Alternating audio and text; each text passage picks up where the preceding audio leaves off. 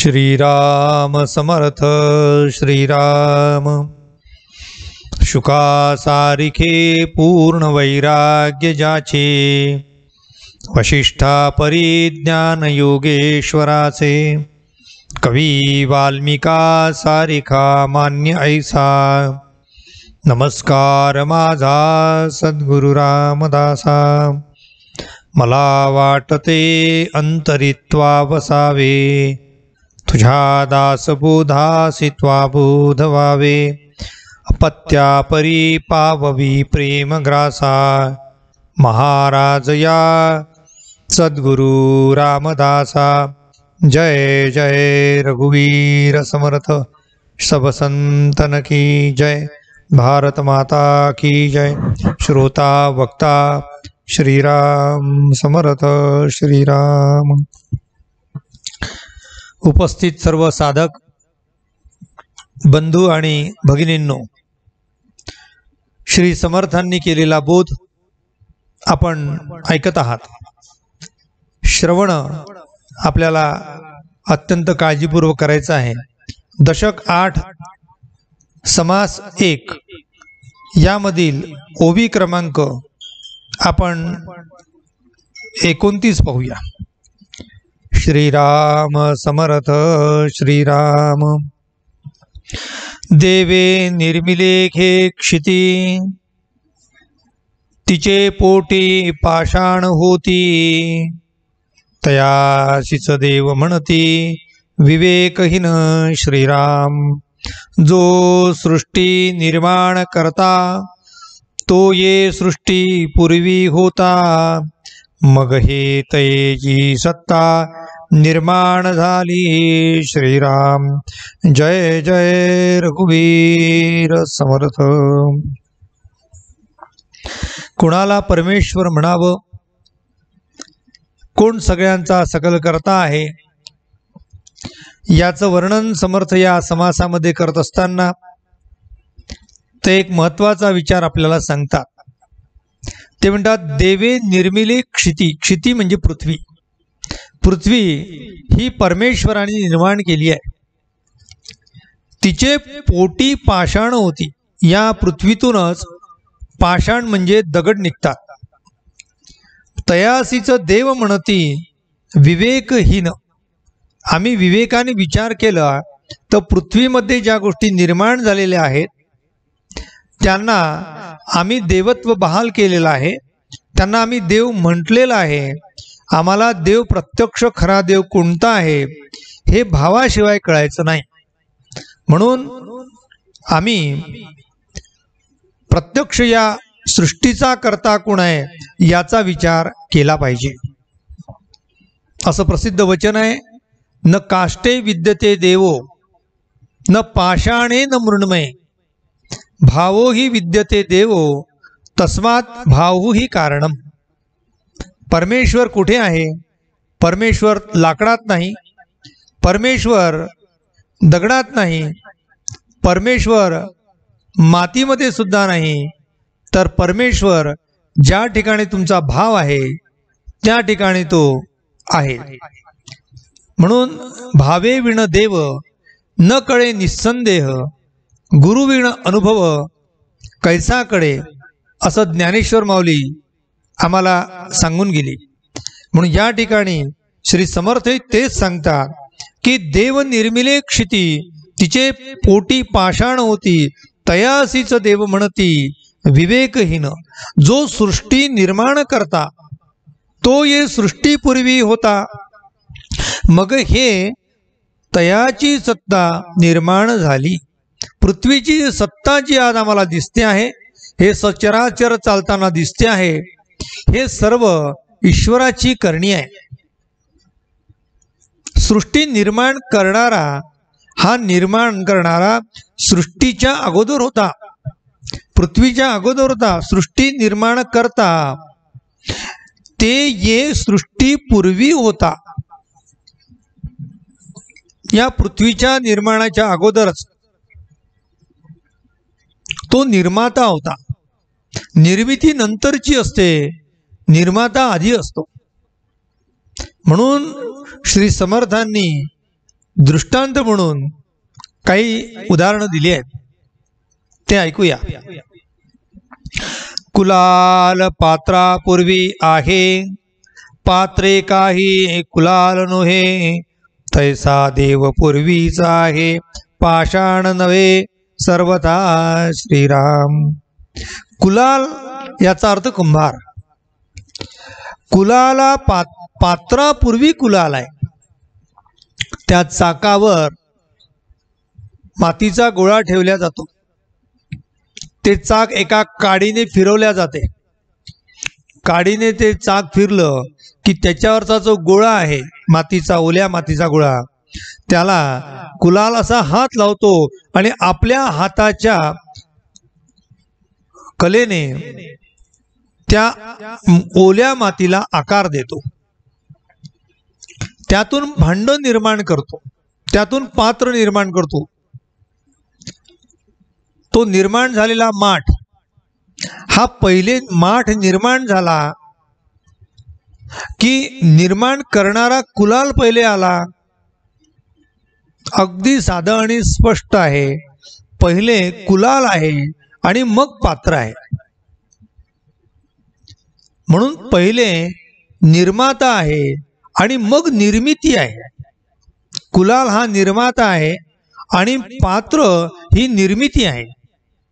त्याप्रमाणे प्रत्यक्ष जगदात्मा परमेश्वर, ज्याला आम्ही देव म्हटलं, तो पहिले आहे आणि त्यांनी निर्माण केलेली ही सृष्टी त्याच्या कृपेने, त्याच्या अधिकाराने, त्याच्या सत्तेने, त्याच्या कलेने ती निर्माण झाली आहे. म्हणून काल आपण बोलताना भगवंताला एक उत्तम कलावंत म्हटलंय. त्याच्यासारखा जगात कोणी कलावंत नाही आहे. त्यांच्या निर्मितीमध्ये केवढं मोठं कौशल्य आहे. म्हणून एवढी मोठी सृष्टी ज्याने निर्माण केली तो सृष्टीपेक्षाही थोर आहे. म्हणून श्री समर्थ म्हणतात, मृत्युकेचे सैन्य केले, करते वेगळे राहिले, कार्य कारण एक केले, तरी होणार नाही श्रीराम. कार्य आणि कारण अशा प्रकारचे दोन भाव आहेत. एक कार्य कारण भाव असं आपण त्याला म्हणतो. कार्य हे कारणाच्या अगोदर कधीच नसते. पहिले कारण आहे आणि मग कारणानंतर कार्य घडते. इथे श्री समर्थांनी कुलालाचं उदाहरण दिलं. असे अनंत उदाहरण आपल्याला माहिती आहेत. आम्ही पहिले घर निर्माण झालं की घर निर्माण करणारा झालं. आम्ही म्हणतो पहिले निर्माण करणारा झालेला आहे आणि मग निर्माण करणाऱ्यानंतर त्यांनी या घराची निर्मिती केली आहे. चित्र आधी आहे की चित्रकार आधी आहे? सरळ सरळ चित्रकार आधी आहे, त्याच्यातून निर्माण झालेली ती कला आहे, त्याच्यातून निर्माण झालेली चित्रकला आहे. म्हणून तो कारण आहे. भगवंत एक कारण आहे आणि सृष्टी हे त्याचं कार्य आहे. म्हणून कार्यापेक्षा कारण आधी असते. याचं स्पष्टीकरण श्री समर्थ अजून पुढे देतात. तथापि होईल पंचभूतिक, निर्गुण नव्हे काही एक, कार्य कारणाचा विवेक भूता परता नाही श्रीराम. श्री समर्थ म्हणतात आहे की तथापि होईल पंचभूतिक. हे पाच महाभूत म्हणजे आप, तेज, वायू, आकाश आणि पृथ्वी, हे पंचमहाभूत एकातून एक निर्माण झाले. काल आपण पाहिलं, आकाशातून वायू, वायूतून अग्नी, अग्नीतून पाणी, पाण्यातून सृष्टी. ही सगळी पंचमहाभूतांनी तयार झालेली सृष्टी. तथापि होईल पंचभौतिक, निर्गुण नव्हे काही एक, कार्यकारणाचा विवेक भूता परता नाही. म्हणजे पंचमहाभूत सुद्धा हे भगवंतानी निर्माण केलेले आहेत, त्यामुळे तो भगवंताच्या अगोदर ते नाहीत। अवघी सृष्टी जो करता, अशा प्रकारे संपूर्ण सृष्टी निर्माण झाली, त्या सृष्टीचा कर्ता तो भगवंत आहे। अवघी सृष्टी जो करता, तो ते सृष्टी हुनी परता, तेथे संशयाची वार्ता काढूची नये श्रीराम। आता तुम्ही शंका घेऊ नका, आता संशयाची वार्ता आता तुम्ही घेऊ नका, याचा अर्थ तुम्ही कुठली शंका घेऊ नका। पहिले सृष्टी निर्माण झाली की पहिले परमेश्वर निर्माण झाला, याचं उत्तर श्री समर्थ देतात। ते म्हणतात की सृष्टी ही परमेश्वर निर्मित आहे, म्हणून निर्माता हा आधी आहे। खांबा सूत्रीची बाहुली, खांब सूत्रीची बाहुली, जेणे पुरुषे नाचवली, तोची बाहुली ते बोली, घडे केवी श्रीराम।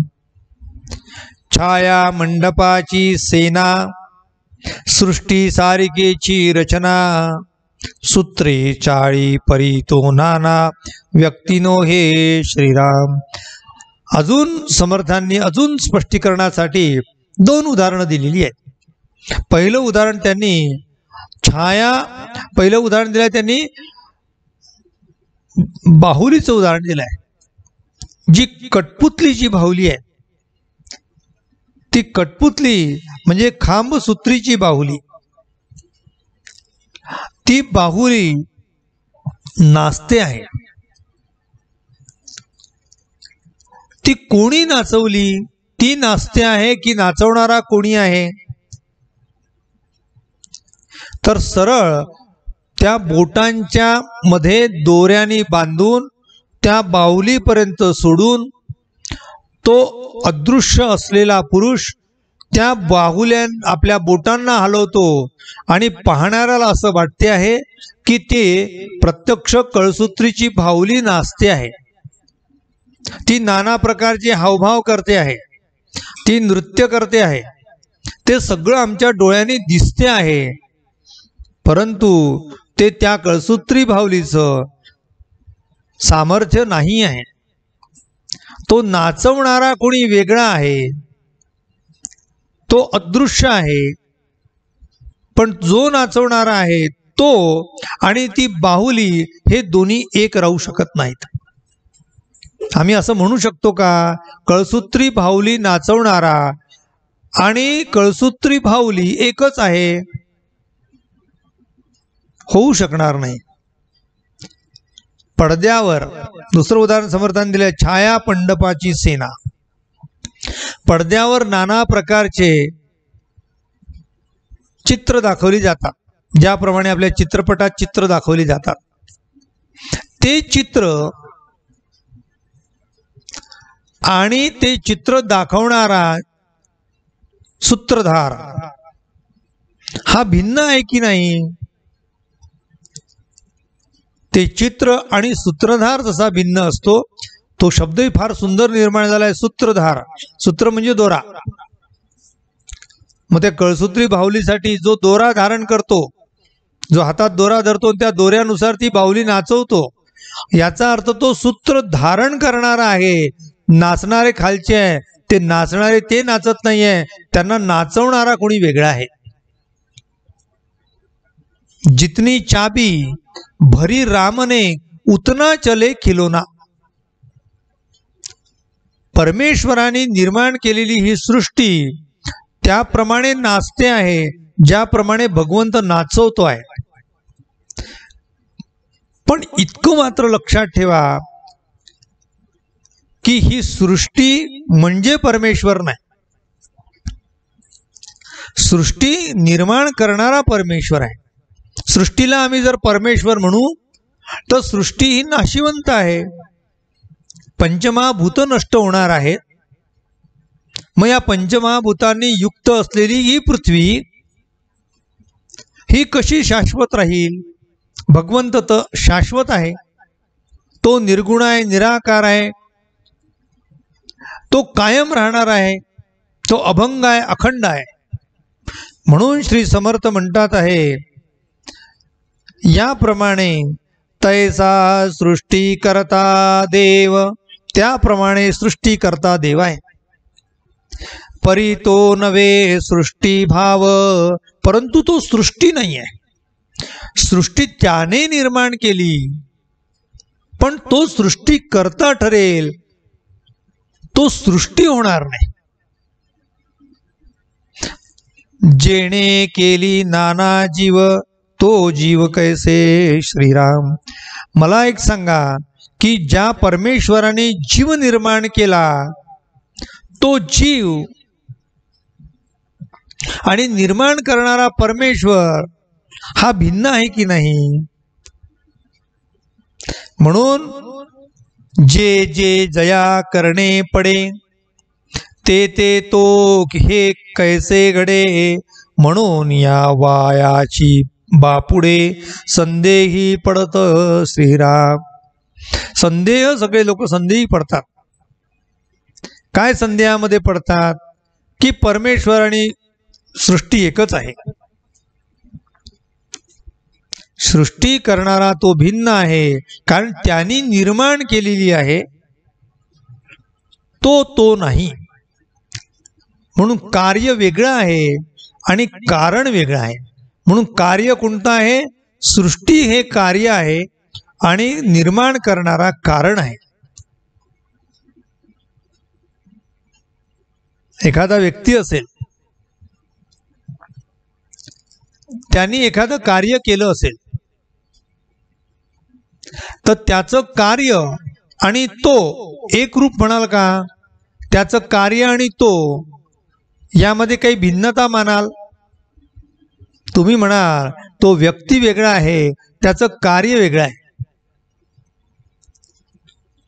कारण व्यक्तीकडून कार्य घडते, व्यक्तीकडून कार्य घडत असते, म्हणून कार्य हे कारणापेक्षा भिन्न असते. कारण वेगळं आहे, कार्य भिन्न आहे. आणि याही दोन मध्ये कारण पहिलं आहे, कार्य नंतर आहे. आधी पोळी आहे की आधी लाटणारी आहे? तुम्ही म्हणाल आधी पोळी आहे मग लाटणारी आहे, असं होणार नाही.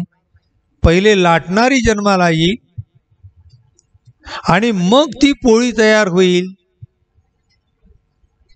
म्हणून श्री समर्थांनी अधिक स्पष्टीकरणासाठी काही गोष्टी सांगितल्या, त्या ऐकूया. सृष्टी ऐसेची स्वभावे, गोपुर निर्मिले बरवे, परी तो गोपुर करता नये निश्चयेशे श्रीराम. गोपुर मंदिराच्या समोर असलेल्या वेगवेगळ्या अशा बसण्याच्या जागा आहे, त्याला आम्ही गोपुर म्हणतो. त्या गोपुराची निर्मिती करणारा कोणी वेगळा आहे. आणि गोपुर ह्या देवळाच्या पुढील दरवाजेच्या समोर काही मजले असतात. तो दरवाजा आम्ही प्रवेश केला की एका डाव्या बाजूनी उजव्या बाजूनी गोपुर असतात. ते निर्माण अत्यंत सुंदर केलेली असतात. आता ते निर्माण केलेले गोपुर आधी आहेत की तो निर्माण करणारा आधी आहे? म्हणून गोपुर नंतर आलेली आहे, कारण ते कार्य आहे आणि निर्माण करणारा तो कलाकार हा कारण आहे. कारण आधी आहे. आणि पुन्हा कार्य आणि कारण एक नाही आहे. म्हणजे गोपुर म्हणजे करता नाही आणि करता म्हणजे गोपुर नाही. म्हणून कार्य आणि कारण दोन्ही भिन्न आहे. ती त्याची निर्मिती आहे. त्याप्रमाणे परमेश्वराने या सृष्टीला निर्माण केलेलं आहे. म्हणून परमेश्वर निर्माण करणारा वेगळा आहे आणि त्याची निर्मिती म्हणजे सृष्टी ही भिन्न आहे. म्हणून जगामध्ये असलेल्या गोष्टी सगळ्या नाशिवंत आहे, त्या संपणाऱ्या आहे. तो तयार करणारा मात्र तो कायम आहे.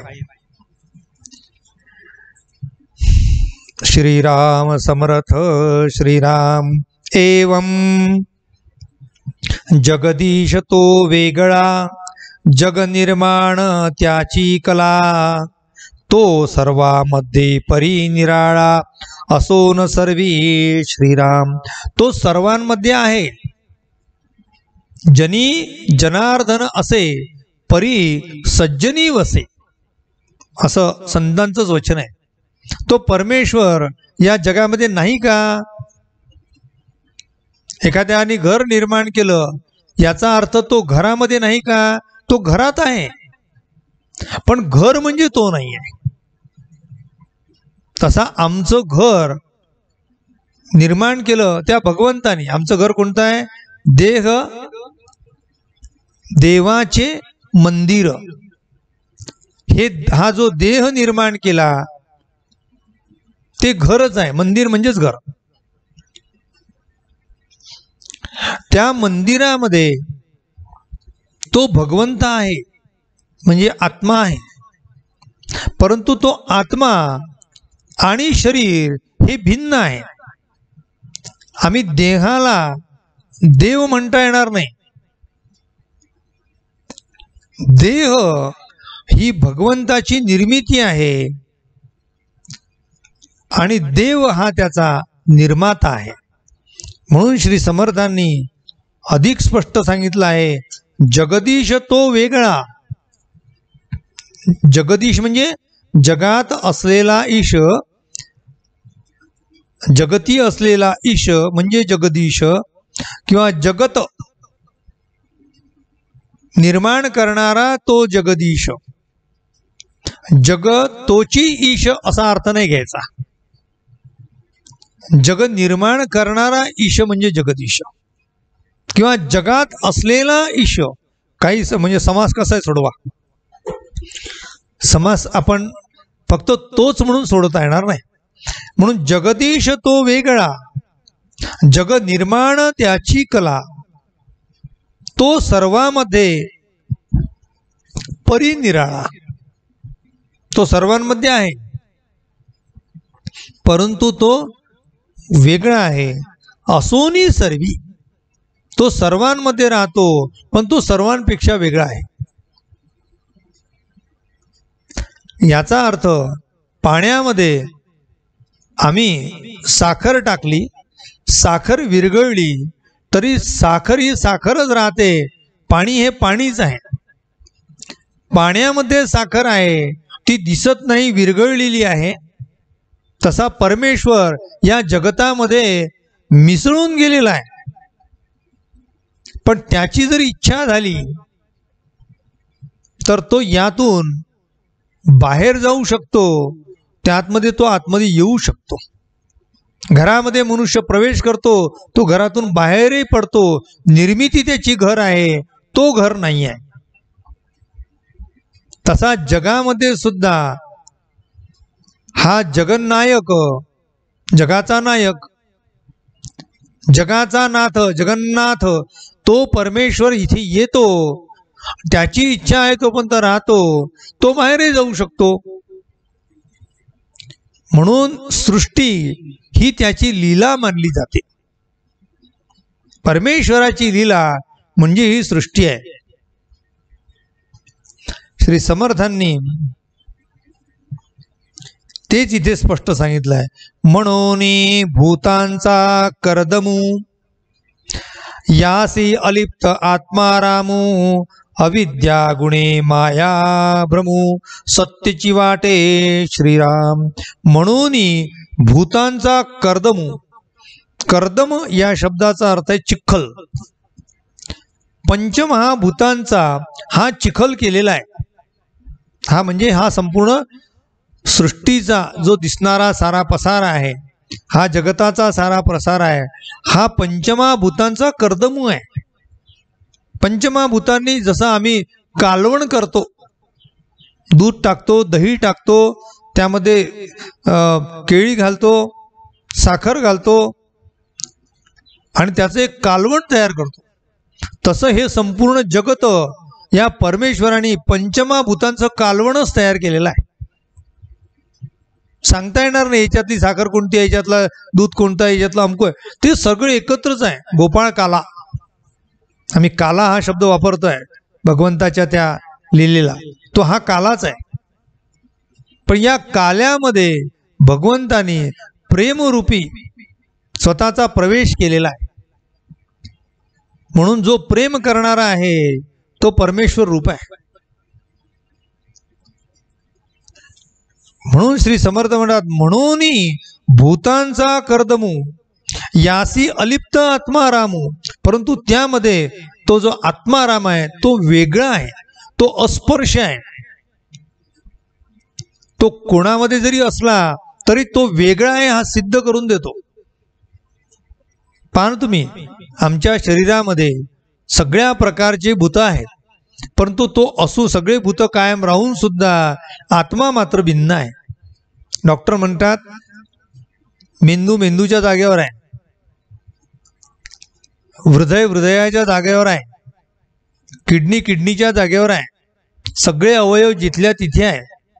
मग आपण विचारतो का हो त्याचं काय झालं, म्हणे तो गेला. आता तो तर त्याचे सगळे अवयव जागेवर आहे, तर जाणारा कोण आहे? याचा अर्थ पंचमहाभूतांमध्ये तो आहे, परंतु त्यापेक्षा तो वेगळा आहे, त्याला वेगळं पटकन होता येते. त्याचा अलिप्तपणा हा जो गुण आहे तो कुठेही असेल तर अलिप्तच आहे, कोणाशी तो लिप्त नाही आहे. म्हणून पंचमहाभूतांना टाकून माणसाला जावं लागते. माणूस म्हणजे तो परमेश्वर, त्या जीवाला जावं लागते. म्हणून श्री समर्थांनी ते म्हटलं आहे, अलिप्तपण आत्मारामू अविद्या गुणे माया भ्रमू सत्तेची वाटे. आणि म्हणून चलन वलन करणारा हा जो देह आहे, या देहाला मनुष्य मी म्हणायला लागतो आणि तो सत्य आहे असं म्हणतो. आम्हाला काय वाटते की ते चालते आहे, याचा अर्थ त्याच्यात जीव आहे. मला सांगा, आगगाडी धावते हे वाक्य बरोबर आहे की आगगाडीला धाववल्या जाते? हो, आगगाडीला धाववणारा जर नसेल तर आगगाडी जागेवरच उभी आहे, तिला कोणी चलित करू शकणार नाही, ती आपोआप धावणार नाही, तिच्यामध्ये काही सामर्थ्य नाही धावण्याचं.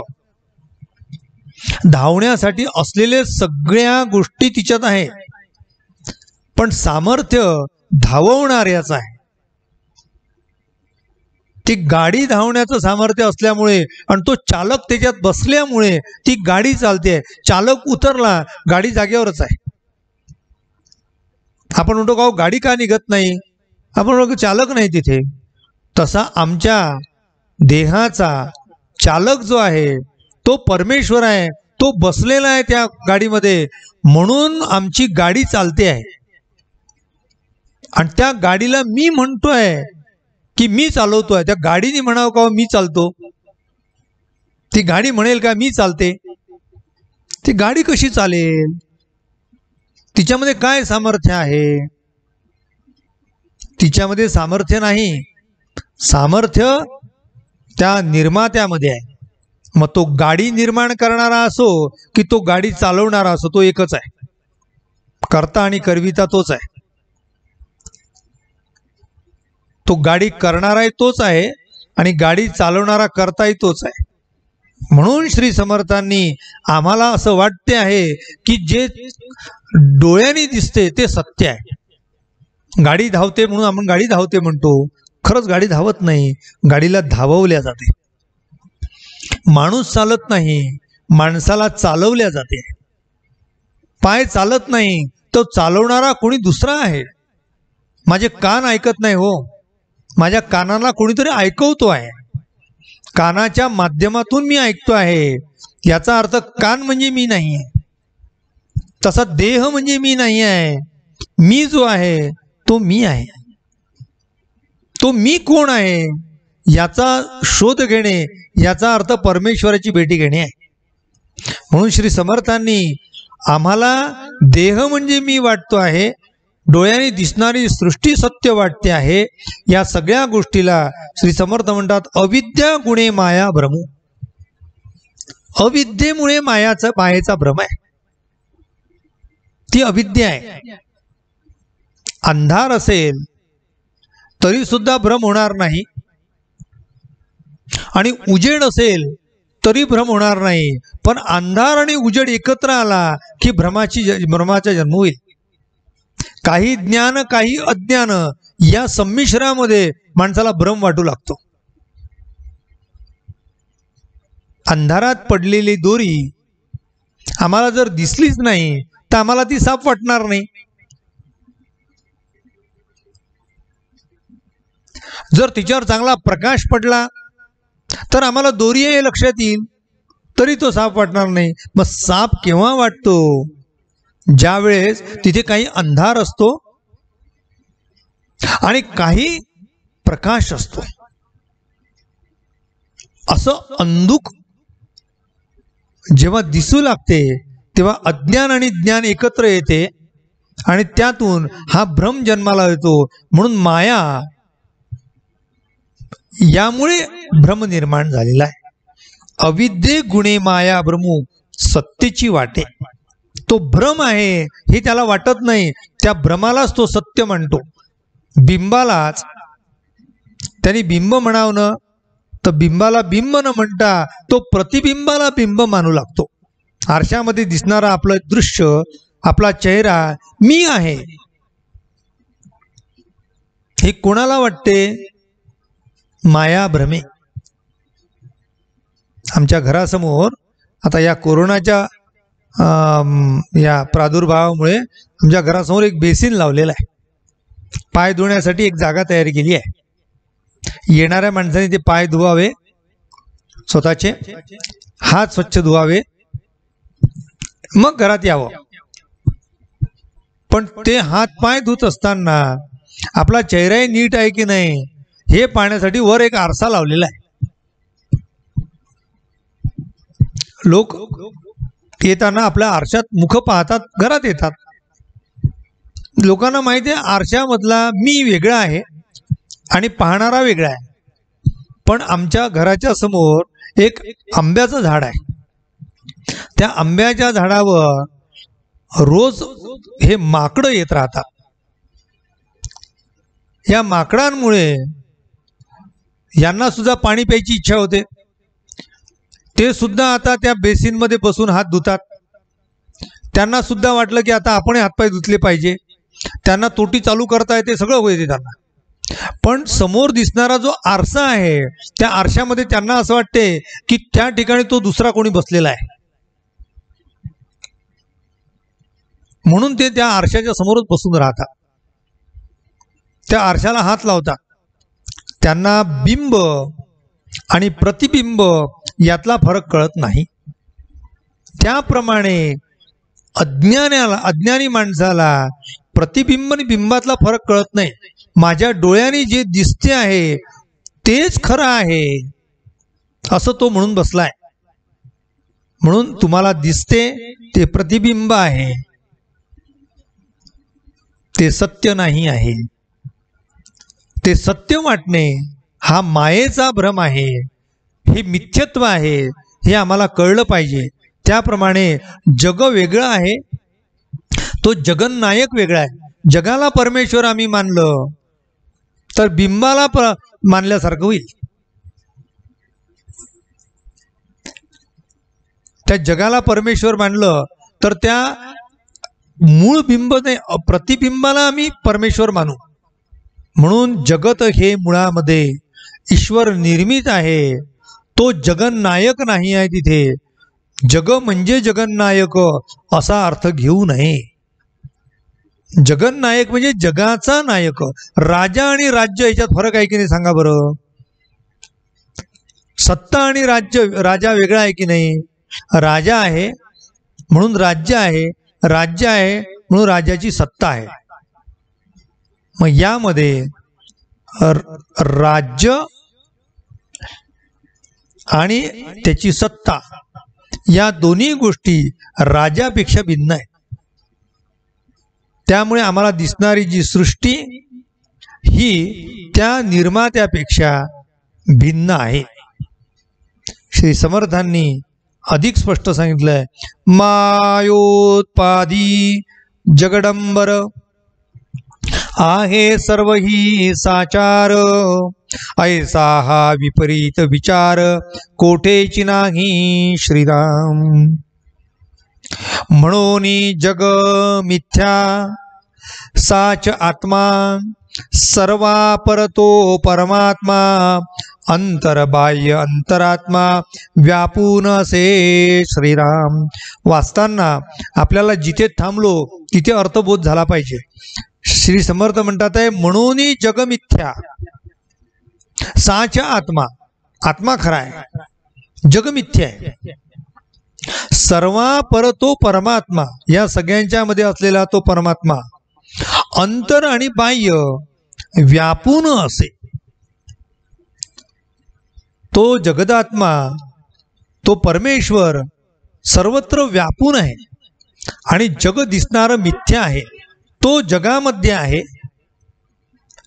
परंतु तो जगा वेगळा आहे, तो अंतर्बाह्य सर्वत्र आहे.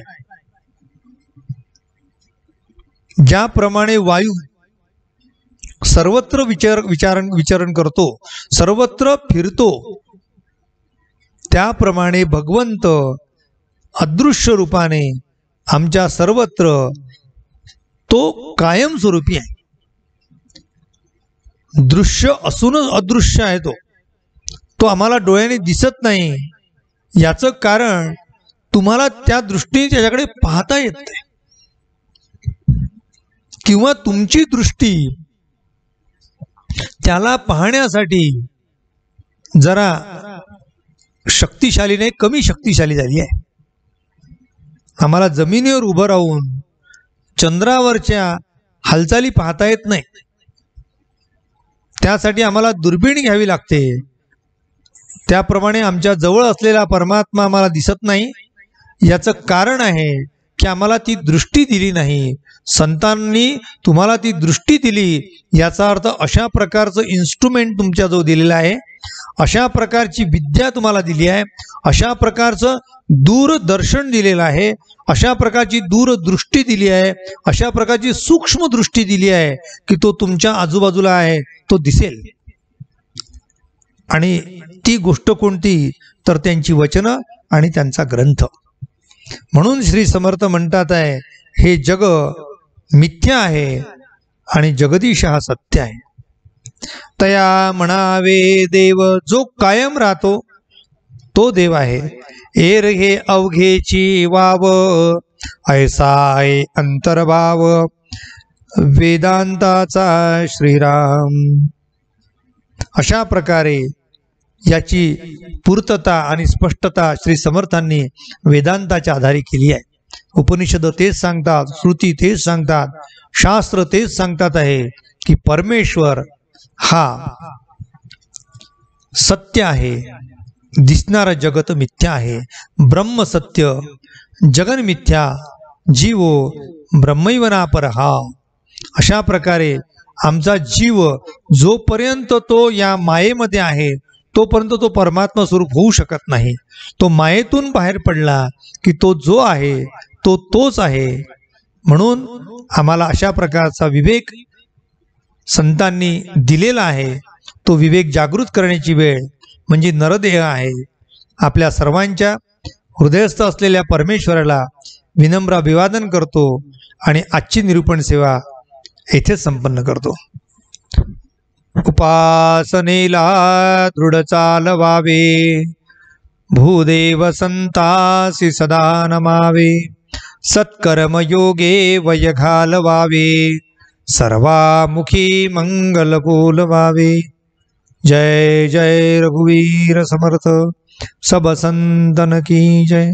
भारत माता की जय. श्रोता वक्ता श्रीराम समर्थ श्रीराम.